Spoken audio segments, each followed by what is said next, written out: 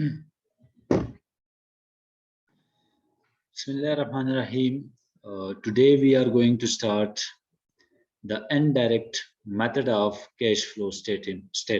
ठीक है जी, cash flow from operation activities, इससे पहले हमने डायरेक्ट मेथड को स्टडी किया हुआ था. ठीक है जी, लिटिल बिट इसमें जो है वो चेंजेस ये है कि डायरेक्ट मेथड में हम कैश सेल से जो है वो स्टार्ट लेते थे. यहाँ पे जो आपको परफॉर्मा नजर आ रहा है ये है इनडायरेक्ट मेथड का. इनडायरेक्ट मेथड में हम प्रॉफिट बिफोर टैक्स जो है वो इससे हम स्टार्ट लेते हैं. ठीक है जी, तो here is the proforma which shows the bracket amount shows that it should be deducted in all the simple without bracket values will be added, and at the end you will find the net flow from operating activities. ठीक है जी, तो इसमें है profit before tax, then finance cost added, investment income should be deducted, depreciation charge should be added back, loss on disposal of non current asset अगर कोई है तो उसको आपने वापस ऐड करना है. increase in inventory should be deducted, decrease in inventory should be added, increase in trade receivable should be subtracted, decrease in trade receivable added, increase in trade payable should be added, and decrease in trade payable should be deducted. ठीक है जी, so you will get the net flow from operating activities. अब हम थोड़े से इसके पहले से procedure जो है वो हमें पता होना चाहिए, और कुछ एडजस्टमेंट हम जब इनडायरेक्ट अप्रोच की तरफ हम जाते हैं तो उसमें आपने कुछ एडजस्टमेंट जो है वो ज़रूरी है जो कि आपने प्रॉफिट के साथ करने हैं. ठीक है जी, तो मैंने यहाँ पे मेंशन किया हुआ है कुछ एडजस्टमेंट पॉइंट्स, और उसके साथ जो ट्रीटमेंट हम करेंगे जब हम इनडायरेक्ट मेथड से कैश फ्लो को हम कैलकुलेट करेंगे. तो डिप्रिसिएशन अगर आता है तो it should be added back to profit as it is a non cash expense. याद रखिए, डिप्रिसिएशन अगर आ जाए तो इसको आपने दोबारा, अगर एक प्रॉफिट में से डिप्रिसिएशन को डिडक्ट किया गया है तो आपने उसको वापस ऐड इसलिए करना है कि डिप्रिसिएशन आपकी नॉन कैश एक्सपेंस होती है, और ये इसलिए हम चार्ज करते हैं ताकि जो हमारे पास जो एसेट होता है उसकी वैल्यू में चूंकि कमी आती है और आखिर में हमने उसको या तो मुरम्मत करवानी होती है या हम उसको जो है वो रिप्लेस करते हैं, तो उसके लिए जो है वो हमें अलाउ किया जाता है कि हम नॉन कैश एक्सपेंस को कंसर्न एसेट से हम डिडक्ट करें, और हर महीने या हर साल जो है वो हम उसकी डिडक्शन या वैल्यू डिक्रीज जो है वो करें. तो चूंकि वो एग्जैक्टली कैश नहीं होता बल्कि as a non cash expense हम उसको एसेट से माइनस करते हैं, that's why we should add back it to the profit. Similarly, if there is the interest expense, it should be added back because it is deducted later. क्योंकि ये बाद में जो है वो खुद ब खुद इसको हम माइनस करते हैं, और हम स्टार्ट भी देते हैं कि इनकम जो है वो बिफोर टैक्स, तो इसलिए जो है वो इंटरेस्ट को वापस हम क्या करेंगे, ऐड करेंगे. इसी तरह से if there is increase in current asset except cash और कैश इक्विवेलेंट, इन दोनों के अलावा बाकी जितने भी आपकी करंट एसेट होंगे इट इज डिडक्टेड, ये डिडक्टेड हो जाएंगे because this is a part of profit not yet realise. जो करंट एसेट में जो आपकी इंक्रीज होती है वो इन टर्म ऑफ जो है ये प्रॉफिट का हिस्सा तो होती है लेकिन अभी तक कैश में रियलाइज नहीं हुई होती, इसलिए हम इसको वापस डिडक्ट कर लेते हैं. While decrease in current asset, ये जो है वो आपका क्या हो जाएगा, एडेड बैक हो जाएगा. ठीक है जी, क्योंकि ये रियलाइज इनटू कैश है but not included in profit. ठीक है जी, इसी तरह से इंक्रीज इन लाइबिलिटी अगर है तो ये एडेड हो जाएगा, और अगर डिक्रीज इन लाइबिलिटी है तो ये डिडक्ट हो जाएगा प्रॉफिट से, as it will reduce cash outflow. ठीक है जी, अच्छा जी, नेक्स्ट एग्जांपल की तरफ हम आते हैं without wasting the time. Indirect method पे एक छोटा सा क्वेश्चन मैंने उठाया हुआ है. 2006 और 5 का डाटा दिया हुआ है. 31 दिसंबर ठीक है जी। These are the asset, non current asset, accumulated depreciation भी गिवन है। टोटल आपका जो है वो एसेट साइड 2006 का 858 एंड 620। करंट एसेट आपकी ये है, टोटल एसेट आपकी 2006 में 1157 एंड 2005 में 889। ठीक है जी। This is the liability side of the or equity side of the balance sheet। ठीक है जी, जो यहाँ पे मुख्तलिफ करंट लाइबिलिटीज और करंट नॉन करंट लाइबिलिटीज आपको शो हो रहे हैं। यहाँ पे टैक्स भी आपको गिवन है, interest, accrual, dividend payable, trade payable, सब कुछ यहाँ पे मेंशन है। ठीक है जी। Then we got income statement of the Jigo for December 31st 2006। Sales revenue आपको गिवन है। ठीक है जी, ये यहाँ पे मिसिंग है, तो ये जो है वो आपका कॉस्ट होगा। ठीक है जी, cost on sales of good. ठीक है जी। और फिर जो है इसको डिडक्ट करके ग्रॉस प्रॉफिट आपके पास, ऑपरेटिंग एक्सपेंसेस, ऑपरेटिंग प्रॉफिट आ गया। इन्वेस्टमेंट इनकम में आपके इंटरेस्ट और डिविडेंड है। फाइनेंस चार्जेस आपके 22 है। इनकम टैक्स आपका 71 है। और आखिर में जो आपके पास नेट प्रॉफिट है वो है 92। ठीक है जी। अच्छा, यहाँ पे क्या गिवन है कि operating expenses include a loss on disposal of non current asset of $5000। Non current asset को के डिस्पोजल पर हमने जो है वो लॉस जो है वो अर्न किया है, वो है $5000। और ड्यूरिंग द ईयर जो प्लांट की ओरिजिनल कीमत थी वो $80,000 थी। और इसके ऊपर डिप्रिसिएशन जो डिस्पोज ऑफ थी वो 15,000 था। रिक्वायरमेंट है आपका cash generated from operating activities. इसको आपने कैलकुलेट करना है यूजिंग इनडायरेक्ट मेथड। ठीक है जी। और कैश फ्लो स्टेटमेंट को अंडर IAS 7 के मुताबिक आपने बनाना है। So let's go toward the solution. तो सॉल्यूशन आपका है नेट प्रॉफिट। चूंकि प्रोफार्मा अगर आप प्रीवियस जाके देखें तो वहां पे हमने मेंशन किया हुआ था कि आपका जो प्रॉफिट होगा वो टैक्स से पहले का जो प्रॉफिट होगा उससे आपने स्टार्ट लेना है। Then you should add these items and less these items, so you will get the net cash flow from operations. तो नेट प्रॉफिट बिफोर टैक्सेशन ये हमारे पास है 163। इसको यहाँ पे अगर आप चले जाए बैक उस पे यहाँ पे इनकम स्टेटमेंट में अगर आप आ जाए तो net profit of the year हमारे पास 92 है। और इससे ये जो है वो इसको अगर दोनों को अगर आप जमा करें वापस, क्योंकि बिफोर इनकम टैक्स जो है वो अगर आप कर लेते तो इन दोनों को अगर आप 92 और 71 को अगर आप एडअप कर लेते तो इससे 163 आपका अमाउंट आ जाएगा, जो कि प्रॉफिट बिफोर टैक्स आपका हो जाएगा। ठीक है जी, तो 163। इसी तरह से फाइनेंस इनकम आपका 22 यहाँ पे पीछे आप दे सकते हैं, फाइनेंस चार्जेस के नाम से ये मेंशन होगा। डिप्रिसिएशन आपने वापस ऐड करनी है, वो है 85। ठीक है जी। तो इसकी वर्किंग जो है वो आगे मेंशन है यहाँ पे लेजर में, देखिए यहाँ पे आप देख सकते हैं 85।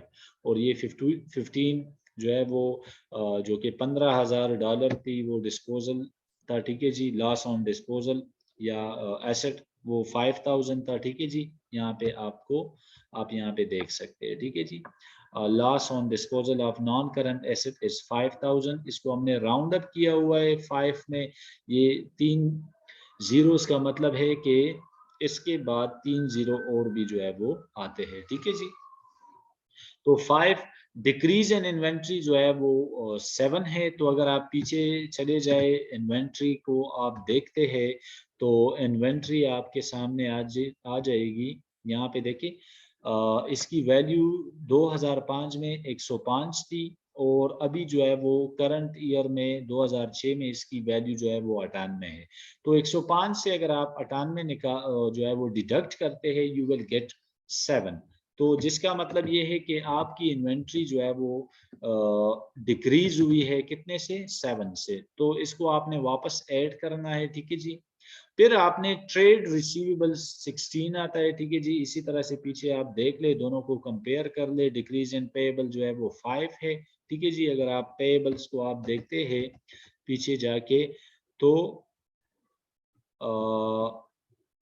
कितना है आपका 52 से आपका ट्रेड पेबल, देखिए 52 आपका था और अभी जो है वो 47 है, तो इसमें तकरीबन जो है वो कितना 5 डिक्रीज आया हुआ है। तो 5 डिक्रीज आपका कहाँ पे मेंशन है, यहाँ पे decrease in payables, trade payables में आपकी डिक्रीज जो है वो कितना हुआ है, आया हुआ है 5, तो इसको आप माइनस करें। इसी तरह से इन्वेस्टमेंट इनकम आपकी 72 है और एज अ रिजल्ट आपने इन सब को जो है वो आप सिंप्लीफाई करें, you will gate 189, which means that the cash from operating activities is 189,000। ठीक है जी। तो इसकी वर्किंग डिप्रिसिएशन यहाँ पे मेंशन है, देखिए एक्यूमुलेटेड डिप्रिसिएशन अकाउंट। तो सिमिलरली जो मैंने पहले इससे पहले कंट्रोल अकाउंट्स के या इन लेजर्स की डिस्क्रिप्शन मैंने बताई थी पहले भी डायरेक्ट मेथड में, तो उसको थोड़ा सा आप गो थ्रू कर ले और ये वही चीज़ें हैं। एक मैं आपके लिए जो है वो बता देता हूँ, बैलेंसेस जो आपके डेबिट बैलेंस है और जो आपका क्रेडिट बैलेंस है, तो ये आपका अकोमोडेटेड डिप्रिसिएशन आपके फाइनेंशियल स्टेटमेंट से दिए गए हैं। ठीक है जी, यहाँ पे आप देख सकते हैं अकोमोडेटेड डिप्रिसिएशन। ठीक है जी, तो अकोमोडेटेड डिप्रिसिएशन से यहाँ पे आपको नजर आएगा 190 और 120। ठीक है जी, 2005 में 120 और 2006 में 190, तो वही आइटम जो है वो उठाए गए हैं। ठीक है जी, यहाँ पे आपने पेश करना है, इसका ताल्लुक अकोमोडेटेड डिप्रिसिएशन से है। तो जहाँ पे अकोमोडेटेड डिप्रिसिएशन डेबिट है तो वहाँ पे आप इसको डेबिट करें। ठीक है जी, जहाँ पे क्रेडिट है तो वहाँ पे आप क्रेडिट बैलेंस में आप डाल दें। ठीक है जी, इसी तरह से टोटल डिप्रिसिएशन आपकी 15 थी, इन दोनों को आप जमा करें तो 205 और 205 से 190 को आप माइनस करें तो you will get the amount which is 15,000 और डिस्पोजल है आपका। ठीक है जी, जिसका मतलब ये है कि अकोमोडेटेड डिप्रिसिएशन आपका डेबिट है और लॉस ऑन डिस्पोजल जो है वो आपका क्रेडिट है। ठीक है जी, तो इस तरह बाकी भी इंटरेस्ट पेबल, इसमें आपके पास जो कैश पे इंटरेस्ट के अगेंस्ट जो आपने पेमेंट करनी है वो बैलेंस आपका 24 आएगा। ठीक है जी, इसी तरह से अकोमोलेटेड प्रॉफिट आपका जो है वो 35 आएगा। ठीक है जी, बैलेंस आप करें। इसी तरह से आपने जो है वो डिविडेंड पेएबल को आपने करना है। ठीक है जी, you will get the balance which is 32 और 32 में जो है वो आपका मतलब, इसका मतलब ये है कि आपने जो डिविडेंड पे किया हुआ है विच इज $32,000। ठीक है जी, इसी के बाद जो है वो आपका इनकम टैक्स पेबल का लेजर है। ठीक है जी, यहाँ पे आप अगर आप देखते हैं तो आपके पास जो बैलेंस आएगा वो आएगा 62। जितने भी आपको रेड कलर के आपको नजर आएंगे तो these are the balances which are extracted during the ledger computation। तो इनकम टैक्स जो आप पे करेंगे दिस इज $62,000 जो कि आपकी आउटफ्लो है। ठीक है जी, इसके बाद आपका डिविडेंड जो आप रिसीव करेंगे तो ये आपका होगा 50। ठीक है जी, इसके बाद नॉन करंट एसेट का जो है वो बैलेंस आपको डिस्पोजल 80। ठीक है जी, रिवैल्यूएशन जो है वो 200 और कैश आपका 178। तो पीछे अगर आप जो है वो फाइनेंशियल स्टेटमेंट में आप देखते हैं तो ये वही से आपने उठाने हैं और यहाँ पे आपने पेश करने हैं। ठीक है जी, सिमिलरली डिस्पोजल और नॉन करंट एसेट, ठीक है जी, तो यहाँ पे 5 आपको नजर आ रहा होगा। ठीक है जी, so in short proceed from the shares. 2006 में अगर आप देखते हैं तो आपका शेयर कैपिटल जो है वो 200 है। ठीक है जी, $200,000। शेयर प्रीमियम जो है वो 106। तो टोटल आपका जो है वो जो आप शेयर से या जो आपकी वर्थ थी वो 306 थी। जबकि 2005 में अगर आप जो है वो देखें कि हमें शेयर्स के अगेंस्ट कितना पैसा जो है वो मिला है तो 2006 की बनिस्बत 2005 का जो आपको अमाउंट है तो वो 106 से आपकी जो है वो वैल्यू क्या है ज्यादा है, यानी कि इंक्रीज शेयर कैपिटल जो हमारा था वो 2005 के अगेंस्ट ये काफी ज्यादा जो है वो इंक्रीज हुआ है। ठीक है जी, ये कहाँ से, ये आप अगर पीछे जाते हैं बैलेंस शीट में अगर आप देखते हैं तो यहाँ पे आपको नजर आएगा। देखिए 2005 में कितनी थी शेयर कैपिटल आपका, $120,000 था, प्लस प्रीमियम। प्रीमियम का मतलब होता है कि जब आप 10 रुपए का शेयर अगर आप 12 पे बेचते हैं तो इसका मतलब ये है कि आपने इसके ऊपर प्रीमियम कमाया हुआ है। ठीक है जी, तो ये तब वो होता है जब आपकी एक रेपुटेशन होती है और आप जो है वो एक वेल नोन फर्म होती है, तो वो अपने शेयर जो है वो 10 रुपए का शेयर 12 पे भी बेच सकती है, 100 रुपए का शेयर जो है वो 110 पे बेच सकती है। ठीक है जी, whatever the amount is. तो ये प्रीमियम इसके साथ अगर आप ऐड करें इन दोनों को तो you will get the 200 share capital, जिसका मतलब ये है कि 2005 में हमारी शेयर कैपिटल जो है वो कितनी थी, दो 200,000। ठीक है जी, इसी तरह से अगर आप 2006 में इसकी पोजीशन देखें तो 200 आपकी जो है वो शेयर कैपिटल थी और शेयर प्रीमियम आपका 106, जो कि टोटल 306 आता है। और 2005 के मुकाबले में ये 106 जो 1000 है, 106,000 जो है वो डॉलर, ये इसकी शेयर कैपिटल जो है वो ज्यादा है। सो यहाँ पे हमने ये अंदाजा लगा दिया कि हमारी जो ऑपरेटिंग एक्टिविटीज से जो हमारी कैश फ्लो थी वो कितनी थी, 189,000 थी। ठीक है, जिसकी वर्किंग जो है वो यहाँ पे इन लेजर से आप पता चला सकते हैं। ठीक है जी, इसी तरह से जो हमारा सरमाया था तो यहाँ पे भी हमने कैलकुलेशन की कि 2006 में जो है वो इसकी कैलकुलेशन हमने जब की तो ये 2006 में इसकी वैल्यू 106 से जो है वो 106,000 डॉलर से जो है ये ज्यादा है, यानी कि हमारा शेयर कैपिटल जो है वो इंक्रीज कर गया है। ये जिसका मतलब ये है कि हमारी इनफ्लो जो है वो ज्यादा हुई है। ठीक है जी, अब देखें हम कैश फ्लो स्टेटमेंट को इसीलिए हम बनाते हैं ताकि हमें पता लग सके कि हमारी कैपिटल पोजीशन क्या है, हमारी इनफ्लो क्या है, क्या हमारा वर्किंग कैपिटल जो है वो ज्यादा हुआ है कि नहीं हुआ।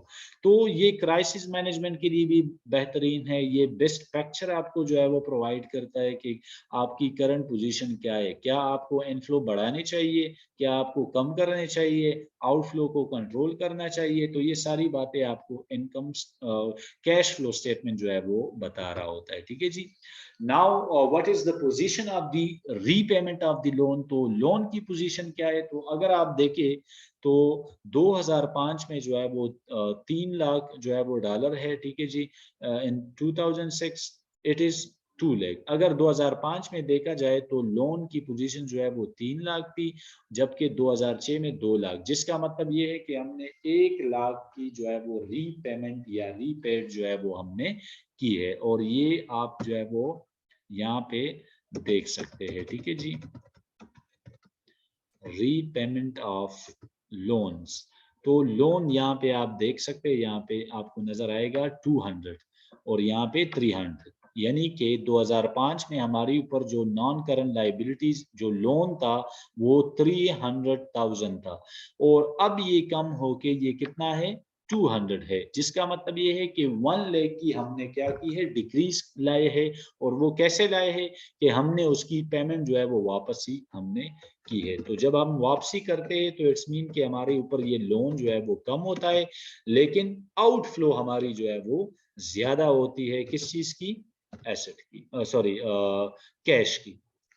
दिस इज, आई होप आप लोगों को समझ आ रही होगी। तो यहाँ पे हम अब इस पूरे उसको जो है वो थोड़ा सा कंपाइल कर लेते हैं इस क्वेश्चन को कि देखिए पहले हमने जो है वो कैश फ्लो फ्रॉम ऑपरेशन हमने कैलकुलेट किया हुआ था, वो कितना था, 189,000। ठीक है जी, और इसमें लेजर में अगर आप देखें तो इंटरेस्ट पेड का जो आपको बैलेंस है ये आपको नजर आ जाएगा 24। तो यहाँ पे मैं आपको थोड़ा सा दिखा देता हूँ, ये 189 भी और ये 24 भी। तो ऑपरेटिंग एक्टिविटीज में हमारे पास जो है वो क्या आएगा, पहले कैश फ्लो फ्रॉम ऑपरेशन आएगा, फिर जो हमने पेमेंट की होगी तो उन सबको आप माइनस करें तो आपके पास नेट कैश इनफ्लो जो है वो हमारे पास आ जाएगी। ठीक है जी। तो मैं ये बैलेंसेस आपको दिखा देता हूँ जो हमने एक्सट्रैक्ट किए थे लेजर अकाउंट्स में। ठीक है जी। 189 हमने सबसे पहले एक्सट्रैक्ट किया था यहाँ पे। ठीक है जी। 189 देखिए यहाँ पे आपको नजर आ रहा है net cash flow from operation 189। Then हमने इंटरेस्ट जो है वो आपको यहाँ पे नजर आएगा 24। देखिए 24 हमने जो है वो क्या करनी है, इंटरेस्ट जो है वो पे करना है। ठीक है जी। इसी तरह से जो है वो इसके बाद ये डिविडेंड ये जो है वो कितना है, ये 35 है। ठीक है जी। जो हमने पे करना है ये 32, सॉरी डिविडेंड जो पे हमने करना है ये है आपका 32। तो यहाँ पे जो कंपाइल क्वेश्चन हम पूरा उसको तीनों एक्टिविटीज से हम जो है वो उसको शो करेंगे। तो ये इंटरेस्ट पेड आपका 24, टैक्स आपने पे किया है 62, डिविडेंड पेड जो अभी हमने देख लिया वो 72 है। तो 189 से जब आप 24, 62, 32 इसको आप माइनस करते हैं तो इस तरह आपको जो है वो वैल्यू आ जाएगी। देखिए मैं आपको यहाँ पे मेंशन भी कर देता हूँ। 189 से जब आप माइनस करते हैं 24 को, फिर आप जो है वो 62 को आप माइनस करते हैं। ठीक है जी। और फिर आप 32 को आप माइनस करें तो आपके पास जो नेट वैल्यू आपके पास आ जाएगी वो 71 होगी। ठीक है जी। जिसका मतलब ये है कि ये आपकी अब नेट प्योर आपकी कैश इनफ्लो है। किस चीज से? ऑपरेटिंग एक्टिविटीज से। फाइनेंसिंग सॉरी इन्वेस्टमेंट एक्टिविटीज जो दूसरी एक्टिविटीज थी आपकी जो हमने पहले लेक्चर में जो है वो कवर किया था इस यूनिट 5 में। तो proceed from sale of equipment वो 60 है, परचेज ऑफ इक्विपमेंट इससे माइनस करे। ठीक है जी। इंटरेस्ट रिसीव्ड 15 है, डिविडेंड रिसीव्ड जो है वो 50 है। तो net cash outflow from investment activities चूंकि ये माइनस में है तो ये आपकी आउटफ्लो में कंसिडर हो जाएगी। ठीक है जी। इसी तरह फाइनेंसिंग एक्टिविटीज आपकी तमाम वो एक्टिविटीज जो कि फाइनेंस से रिलेटेड हो, या हमने शेयर्स बॉन्ड्स जो है वो इशू किए हो, या हमने उसकी रीपेमेंट अगर की है तो ये सारी चीज़ें आपकी फाइनेंसिंग एक्टिविटीज में आती है। तो proceed from issue of share जो कि हमने मालूम किया 106 था वो हमने यहाँ पे मालूम किया हुआ था इससे पहले 106 यहाँ पे। ठीक है। टोटल जो डिफरेंस हमारा आया हुआ था शेयर कैपिटल में जो इंक्रीज आया हुआ था तो ये 106 था। ठीक है जी। तो यहाँ पे भी 106 से अगर रीपेमेंट ऑफ लोन जो 100 थे उससे माइनस करे तो net cash inflow from financing activity वो आपके पास आ जाएगी 6। सिमिलरली नेट इंक्रीज जो आपका आएगा तो वो 24, ओपनिंग इसकी जो है वो 18 हो जाएगी। इन दोनों को जमा करें तो you will get the closing balance of cash and cash equivalent $42। ठीक है जी। $42,000। ठीक है जी। तो इसके बाद काइंड ऑफ एक्टिविटी है आपके लिए। ठीक है जी। Problem number 1, 2, 3 and 4। तो इसको आप देखें, इसके ऊपर प्रैक्टिस करें, और अगर कोई क्वेश्चन है तो आई एम अवेलेबल, और किसी भी टाइम आप जो है वो मुझसे रब्ता करके क्लियर करवा सकते हैं। Thank you so much. Allah Hafiz.